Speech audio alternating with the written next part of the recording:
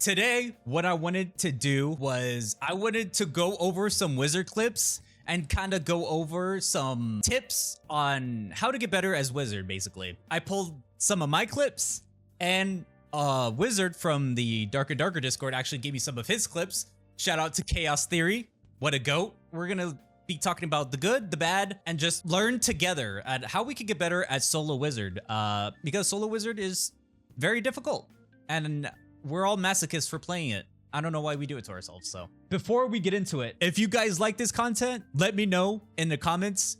And if you don't like it, please also let me know, because I know I talked about doing this, and some people said they would like it. Some people said that this kind of content is not good. They wouldn't like it. So if you like it or not, just let me know. Let's start off with Chaos's video. I know Chaos likes to run some different things. I know he's a theory crafter.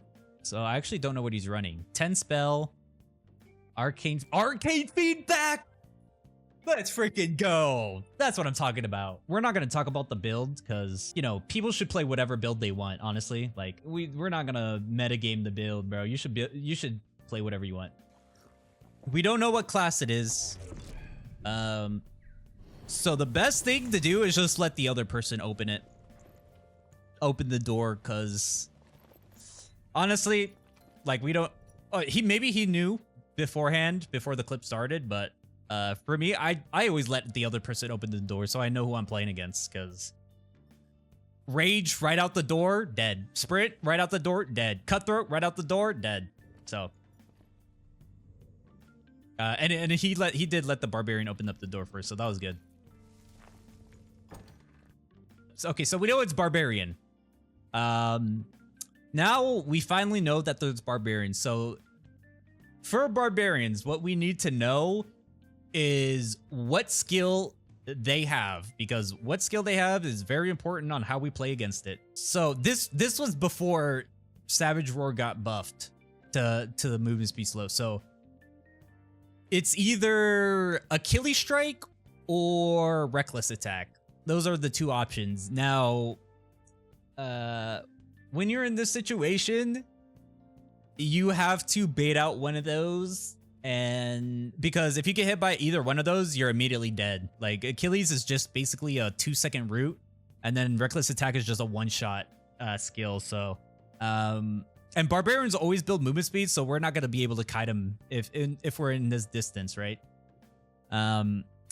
So it was good that he backed up here, and then in the future he's gonna invis, which was really good. But yeah, you kind of want to just back off and invis, just kind of see what he has to know how we're gonna play against this. So we'll keep going. So it's good that he backed up, and then invis, good. Did he pop any abilities? He just pops rage. Yeah, I don't think he popped anything.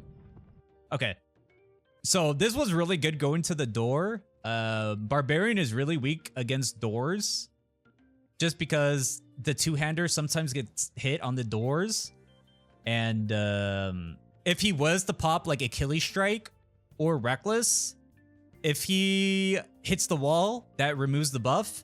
If he hits us inside the door, it could hit the wall after that, and then that gives us enough time to back up or do another magic missile, and then we'll kill him. Or he'll hit us, and then we could close the door, and then he wasted his buffs, and then we can go like make some space or go heal or whatever. So going to the door was a good play here. And then I don't even know how he pulled out the Bardation, hit him. That was kind of crazy. It was a good thing he went to the door. Let's see. And he goes to close it, which is good. Magic lock biz. And then the barbarian starts yapping like usual. I'm pretty sure Crushed goes through Magic Lock, right? I don't know. It doesn't matter. But yeah, this was good that he did this. Another thing he could have done too was let's see, where was he at? Okay, yeah. What he also could have done was, you see this little jump up thing that people go on to farm the what's it called? The cockatrice. He could have invised right here. And then the barbarian, like you start running this way, and the barbarian's like, oh, he's gonna go to the door and close it, right? So he gotta start running, and then immediately turned 180, turned around, hopped on to like either the wall or the boxes and then hopped up on that thing and then got like a fireball or like a magic missile or a, I don't know, ice bolt because he's running test spells. I don't know if he runs ice bolt or not. He could have also done that. That's something that I would do too. So there was that option as well. But you know, going to the door is also good. Bait out the savage or the rage. So either one worked. And magic lock this right there. See, magic lock is useful. And that was pretty much, I think that pretty much sums up that clip. But let's get to the next clip. Now, he's a little wild for going into this storm, but I appreciate the Now, in this situation, man, it's a little risky because you can't invis in the storm, right? And that's like the main thing you kind of need against barbarians, unless you're like 330 move speed and you can just kite him all along. But this is Squire lobby, so he doesn't have that. But this is a tough situation. I probably would have went through the blue just because in the storm, it's a little sketchy. It'll be really hard to kite a barb. But I appreciate the he's got some big balls. That's what I like to see from a wizard player. So, he goes for it. Magic missile's not bad here. We still don't know what he was using.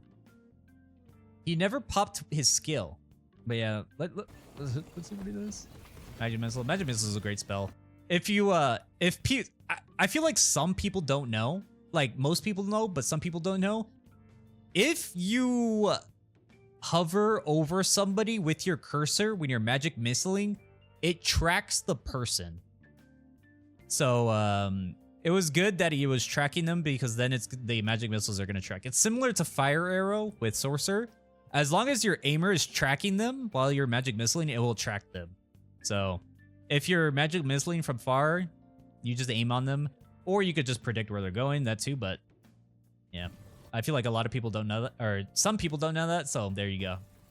That's how it tracks, is you got to be aiming at them the entire time.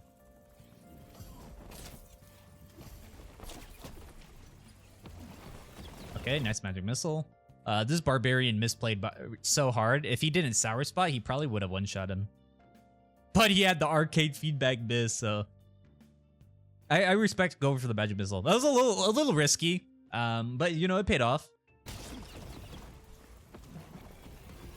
Yeah, every time, it doesn't matter whether you're playing against cleric, fighter, bar, any class that's super tanky, even warlock, because warlock's super tanky against magic. If you're playing against any tanky class, you always, no matter what, the first magic missile will never kill. So you always want to try to get into the habit of jumping back. All right. My goat. So yeah, this was a good jump back, and then he was able to dodge it. Yeah, the barbarian panicked and he was able to punch it, so that's good. So yeah, always jump back. And you can see, since he's going this way, even right here, like, he probably would have gotten hit if he still would have jumped away, but it would have confused the barbarian if right now he like canceled the magic missile and jumped the other way. But yeah, you always want to look at the player and what he's doing. So he's moving this direction. You want to jump over this direction because you're going to create a lot of space, because when you're getting magic missile, they're going to try to do like a circle around you. So if you would jump this way, you're going to create a lot of space in magic missile, and you probably would have killed them. But W fight, and he gets it. That's my boy right there. What a goat. But W clip chaos. All right, we got another clip from chaos. We'll watch it through, and then we can. Did you have feedback? No, I did not have feedback. I had a Sage and Quick Chant. And I had Ice Shield because I was 100 HP, so I kind of didn't want to get Landmined. It was probably good because Landmine probably saved me that fight too. So it was like a collection of things. When you're playing Wizard, doorways are your best friend. Because Magic Missile in a doorway is just it's so good. Because it's so easy to hit because they don't have a lot of space to move between the door frame. So whenever you're in a Magic Missile situation, you always want to Magic Missile in like a doorway or a hallway.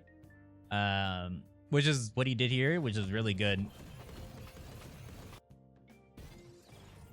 Which was really good because he made him waste a backstep, which is good in the wizard matchup because if he was to throw like a fireball or an explosion or a zap, the ranger would be able to read it. And then like he would just wait. He would just count in his head like 1 or 2 seconds, and then he would just backstep the damage. That happens a lot. So having one backstep down is really good because then he could backstep one spell, and then after he would have to wait for another backstep, and then you can easily hit spells on him. Yeah, but magic missiling in the doorway is so good, especially there are times where I get hit by like one arrow. Or, you know, you get hit by a fireball, a zap, you get hit by a range weapon, and then what do people do? They immediately start chasing after you because they know you're going to run away. So if you get hit by a range weapon, let's say they were fighting over here, right? And he gets hit. What I would do, like what you could do, honestly, is act like you're really hurt. So immediately invis, start running this way, and then the guy will start chasing you. And then I would come around this corner and act like I'm going to red, invis again, wait like a second, he'll come sprinting right behind you, go back into the doorway, and then just magic missile him right there in his face. And that it'd be pretty close to killing him. So that's also a strat you can do, is to debate people in the doorways, act like you're hurt, and then just go back and magic missile the door. It's so good. It's so good. All right. Right here, yeah. If against this, is he using longbow? I think it's a longbow. Yeah, in this situation, I'm sure, especially because it's hard to hit fireballs in this kind of area. It's just basically an aiming fight right here. And I'm pretty sure Ranger wins this, so you're definitely gonna have to use this cover a lot because that Ranger is going to hit hard, especially if it hits a headshot. Because your zap doesn't have a headshot multiplier, you're definitely going to want to use this cover. It's really important. Oh, he had some good aim. Unfortunately, he was out of range. But yeah, you could just kind of... He did good by just crouching... Oh, he kind of wasted that triple shot. Yeah, I don't know if that was on accident. Is that shotgun or triple shot? I think that's triple shot. I don't know why he wasted it there. But yeah, let's see. Now that you hear the triple shot... What I would do in the situation, because how many arrows did he shoot? He actually shot a couple, right? Let's see, shot one. I guess not. But after the triple shot, he's 3 arrows down. He only has 3 more to go. So let's see what he does here. That was a little crazy to jump out. But what I would have done, since I heard him pop the triple shot, is I would have walked around this little wooden barricade, started casting my spell, and then cancel it. You can press it. Let's see. Yeah, see how it says press F to cancel it? You could bait a lot of players out by holding out a spell and then canceling it and then dodging. Like that catches so many people off guard because they don't expect it. So I would have walked out from the started casting my spell, canceled it, and then ran back in the cover. He would have wasted his triple shot. And then he's 3 arrows down. He only has 3 left. And so if he misses, even if he hits all 3, he has to reload after that. And that's easy punish right there. But it's good. He still missed. So that's good. And then his aim is just better. Look at that. Right there. Aim is just better. Good dodge. Nice. And I think that's pretty much it. I mean, he just had the better aim. Just better. Oh yeah, one more thing. I realized.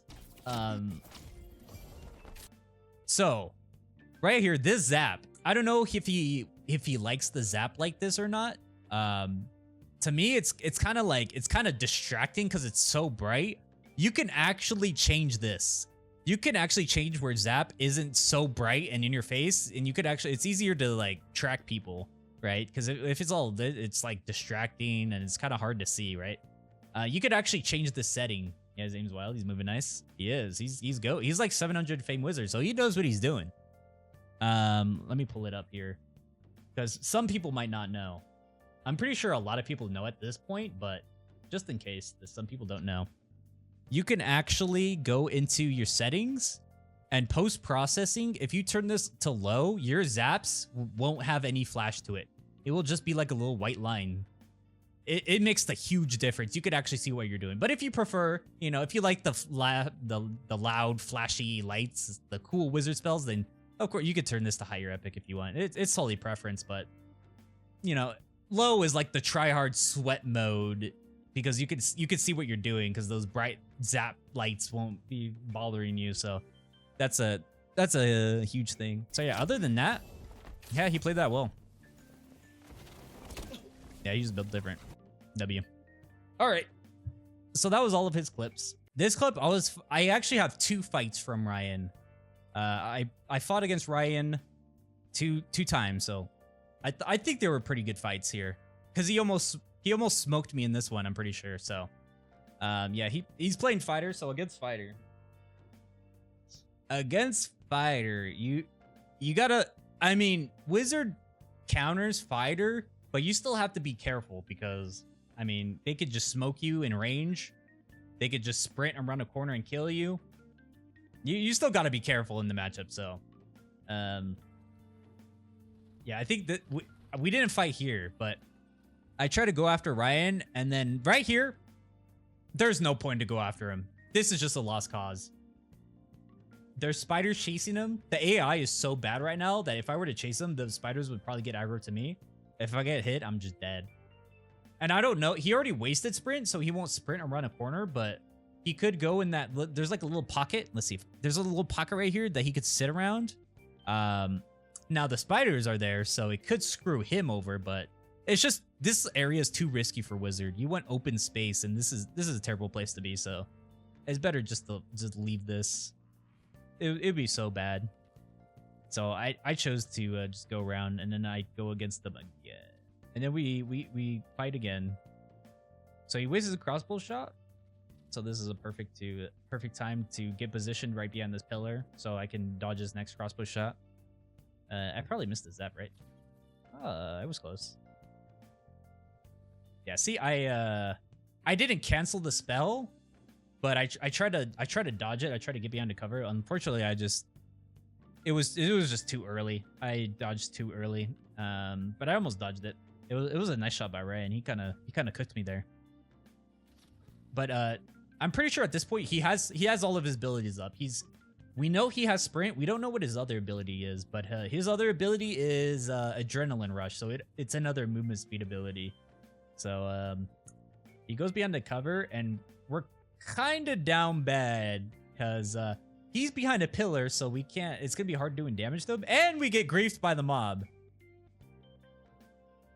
When you're playing wizard, for the love of God, make sure every mob is clear, because once you get hit by a mob, it is GG's. Like, it's just game over. Especially because I think I was running like a 120 HP kit or something like that. Any mob has health HP. It's crazy. Exactly. So right now I'm kind of down bad because I have the slow effect because the bola slows you.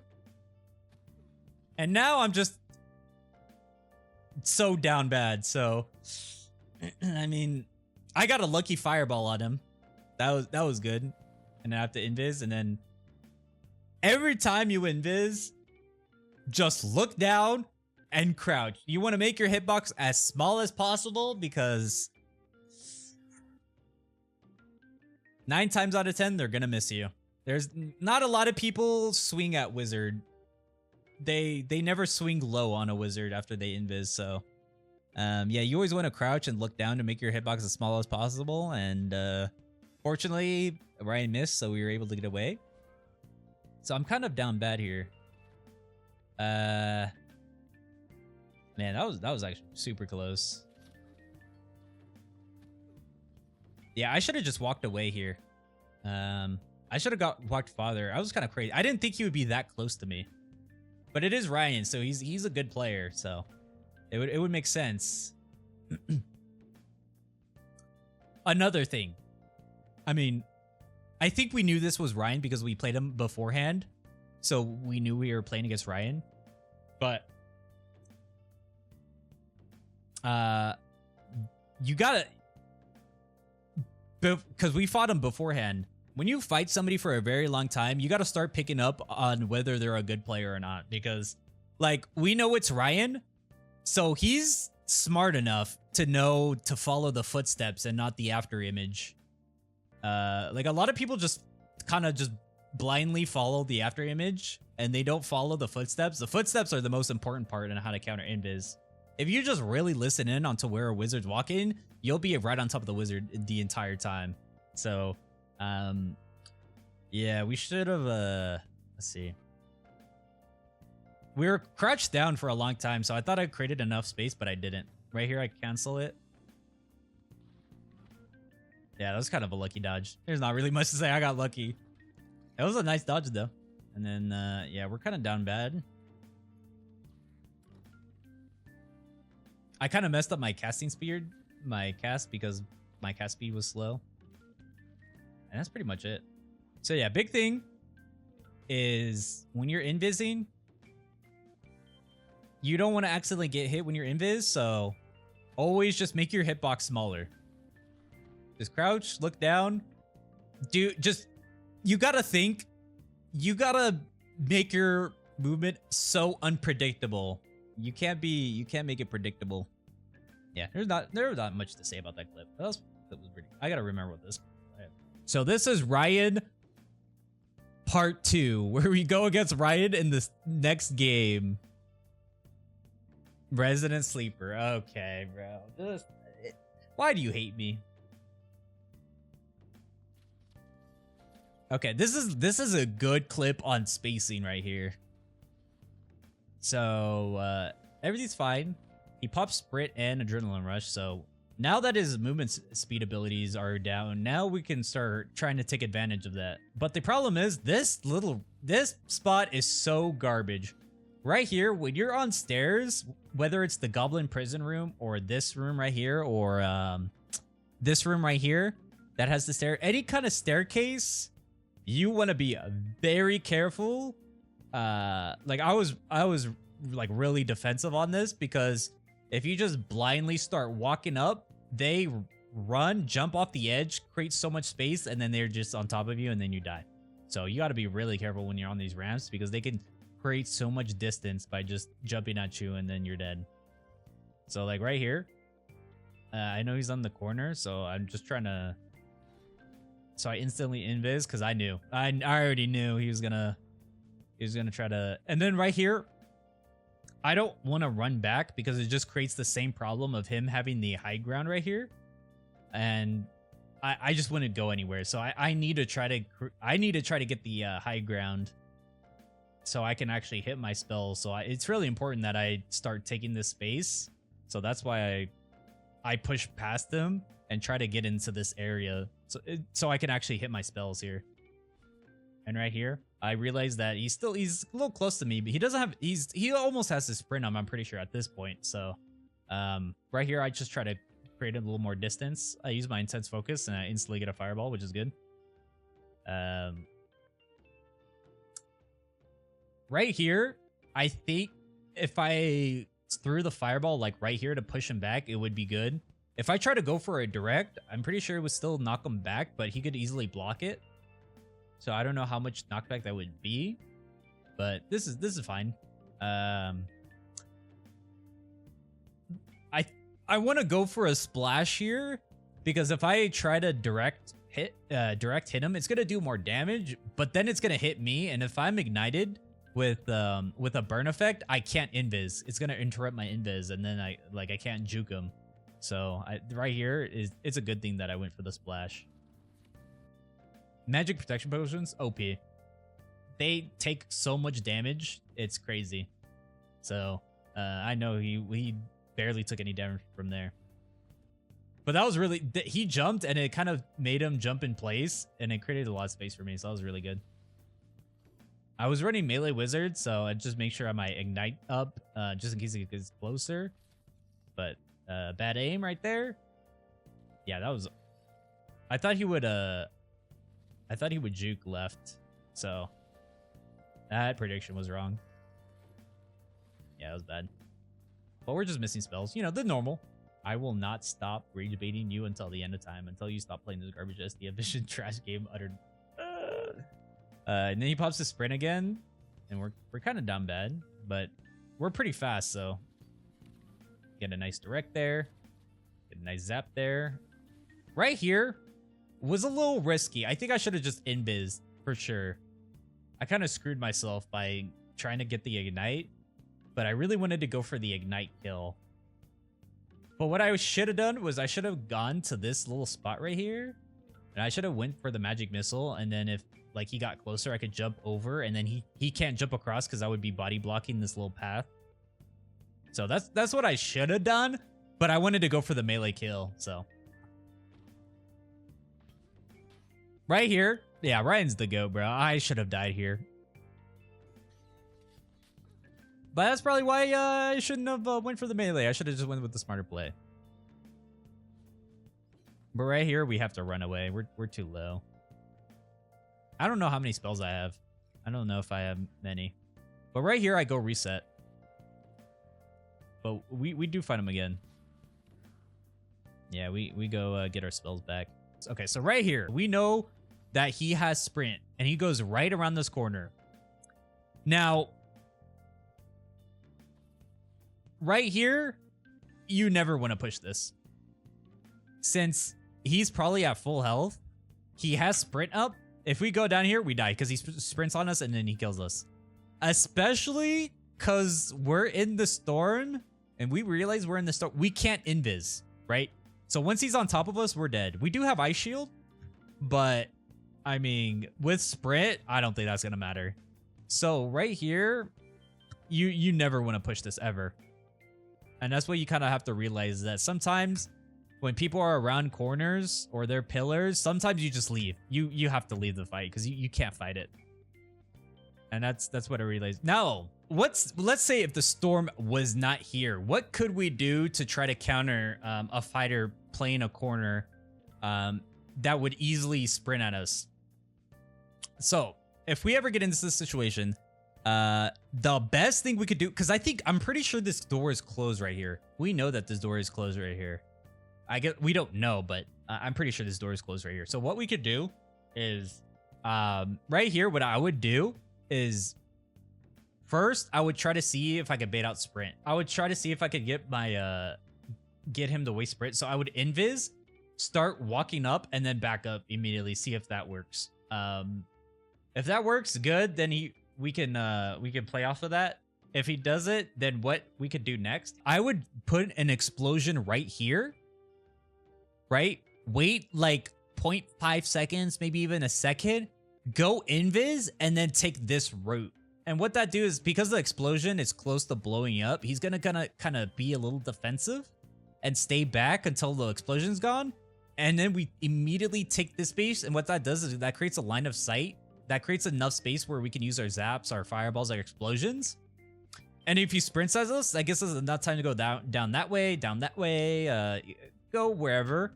And what he's either going to have to do is chase us down one of these two paths, or he's going to immediately go into this small corridor where it's easy to hit fireballs on him.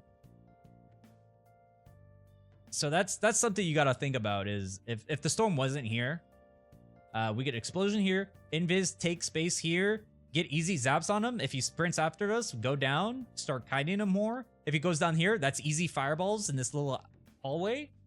And then we just, we go from there. But yeah, those are the two options that I would do if there wasn't a storm here. But since there is a storm, we can't invis. I decided to see if I can try to bait out sprint from him, but I know that I probably can't because Ryan's a good player. So I would just lead this fight, and that's what I do here. Just there's kind of no point. And we keep our kit, which is a W, so we win against Party Chip, and he's playing Druid. So this should be a good one, because this is after the Druid buff where they have double silence, and Druid absolutely hard counters Wizard. So now we got to take into account Druid now has 2 silences. So immediately he flies over to us, catches us off guard. I was not expecting it. So Cat Fireball. Now right here, easily Druid could easily get right in front of my face and silence me from this range. Easily, right? So at this point, I kind of like mentally, like I just immediately I'm like, he could easily silence me at this range. So I was casting a fireball, but I decided to cancel it and switch to invis to try to create space because I need to try to make sure I can hit a spell without getting silenced. So that's my thought process right here is I gotta make sure I have enough space so I don't get hit by this silence, right? So I go, do druids take bonus damage in Dreamwalk like warlocks or no? No, they do not. They do not take any extra damage. So they can just get a free Phantomize with no downside. Dreamwalk is worse than Phantomize in some certain circumstances. That's crazy. I know it is crazy. Because, you know, you can't choose to Dreamwalk. It's just kind of like whenever you get hit. So that is a downside at times, but still. I know that I need to create space to be able to hit him and go invis before he can silence me. So I go invis and then I look and I know that door's open and he knows that door's open because he can see the door. So if I was just to run away, like a lot of wizard players like to just tunnel vision, invis, and just start running away, right? And get to a door, run away, try to reset, right? But if we were to keep doing that, he would have just followed us, silenced us, and we would have died. So now that we both know the door is open and that he probably thinks that I want to get to the door to close it because he knows that he's going to silence me and kill me. That gives me enough time to pop Intense Focus, jump back, and create enough space to get a spell off. That's exactly what I do here is I immediately turn away, jump, create as much space as I can. And this is why Intense Focus is the GOAT. W Intense Focus 2. I know W Intense Focus 2. Right here. Look at that. Now, he could still reach me, but I think he was just so caught off guard that he just, like, it messes with you, right? And he just didn't think about it. And the great thing about this is that I fireballed, and then this is gonna, like, mess up, like, the knockback messes up his jump. And unfortunately, he still ends up silencing me. But this creates enough space because we have Ice Shield. The one time Ice Shield actually protects me, but Ice Shield helps us create a lot of space. And now what we need to do is just try to create enough space to go invis again. So we can, because did he use 2? No, he only used 1 silence. So now we gotta wait until we can invis again. So we invis again. And now, right here, we're in this situation where we have the upper hand because we hit him with a fireball in Panther form. So now we got the health advantage on him, and now he's running away to the door, all right? So right here, when somebody turns like this, especially when it's as good as a player as Party Chip, immediately, when somebody turns around like this, 9 out of 10 times, they immediately are going to try to dodge this fireball, right? Or the explosion, right? 9 out of 10 times, they are going to try to dodge this. So I know, I look at him, I know he looks at me, he's expecting the fireball now. He's going to try to dodge it, right? Would he notice me, like, if I look this way while I'm casting the fireball to shoot it? He probably would, but we don't want to give it away. We don't want to give it away that we know that he's gonna juke back. So I want to keep looking this way and act like I'm gonna try to shoot the fireball to stop him from going to this door. So I keep looking this way, and at the last possible second, I immediately just predict his backstep because we knew he was gonna backstep, of course, because he looked back at us, knowing that now he's gonna get a fireball. So we predict his backstep, which procs him into Dreamwalk, which is great. Whenever somebody goes into Dreamwalk, you can get 1 fireball off, and then you're gonna immediately have to get ready to invis.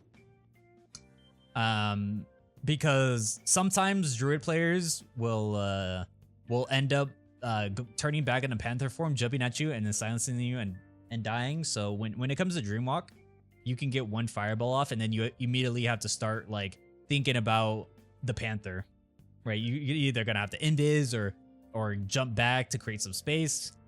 So right here, I get the free fireball. Let's see. I hold the fireball to see what he's doing because I expect him to juke back again because he's a good player. So of course he would try to juke back. So I hold the fireball for like a second longer to see what he does, and it actually lets me get a nice hit on him because he does juke back, and this lets me be able to get this flick. And it kind of screws him over because now he's in the air. Now he's kind of like in a weird predicament. And now I'm ready for the Panther. I start casting Fireball because we hit a lot of damage on him. We hit like a near direct Fireball and 2 splashes. And now I know that he has to be low at this point. So I wait, and now we hold out the Fireball because when you're like this close to a druid and you have a Fireball held out, most druids always double jump in chicken form. They'll always try to double jump in chicken form because it's so hard to hit a chicken with that small of hitbox. Double jumping, it's like double jump rogue, right? Double jump rogues always are gonna spam double jump because it's so hard to just hit that target that's like moving everywhere in the air, and so that's what you always gotta expect. And this we hold out the Fireball again because we expect him, and then we get the nice. He turned into Panther too early, and then we get a Fireball, and we take him down. We can talk about the fighter. So this fighter comes in and third parties us. I think he's a little less experienced. But he ends up running away. Right here, he used second wind, and it's gonna be faster for us to get our spells back than him second wind because he has the campfire for second wind. We just have to drink a clarity potion. So I just decide to go back into the middle room and clarity, because if he comes into the middle room, if you're playing wizard, you want to play in these modules like pyramid or the boss room where it's completely open space, especially against a fighter because their DPS from range isn't as good as like a wizard or ranger and stuff like that. So if the ranger or the fighter is to go back into that boss room, I feel confident enough to 100% win that fight. So I'm staying in the boss room. I'm gonna get all my spells back, I'm pretty sure. Yeah, like we're getting clarity here. And this is why you gotta just know what rooms are the best for wizard and how you can try to take advantage of that. So now the fighter comes back. Obviously he doesn't know. And now he's kind of close to this door, right? If we were to try to hit a spell on him, it would just be a waste because he could just go back to the door and close it. So right now, what I'm thinking is I have to try to find a way for him to push up too far so we can take advantage of him not being close to a door. And if he's out in the middle of the open with no door in sight, I'm winning the fight 10 out of 10 times. Fireball right in the Panther's face is GG, I know. Lucky enough, we don't get silenced. So I don't want to waste any spells here because it'd be kind of pointless. So I want to hold up on I want to hold off, not use any spells. And I just want to kind of just act like I'm just leaving the fight because I want him to push as far away as he can. And see, right now he's pushed up so far now. He's kind of screwed himself now. Now, at this point, I'm like super confident we're winning this fight. W bait. Yeah. So we hit the explosion. There's no reason to overextend on this, so we just play as far back as we can. It's pretty easy to hit fireballs at this range, and we could just, yeah. Yeah, so when you're a wizard, you always want to like look at the map and look at the module. I always look at the map and look at what modules I want to go to because I want to take fights at those modules. So I always look for pyramid room. I look for the boss room, Coliseum. Like I just want open spaces where there's not a door you can easily get to or a pillar or cover. And that's where wizard really excels, except for when it's against ranger. But I mean, there's barely any rangers in high roller. So, well, that was all the clips I had. I hope you guys enjoyed the review clips. We'll see if it does good on YouTube. If not, then we won't ever do it again. But if it does, then we'll keep doing it.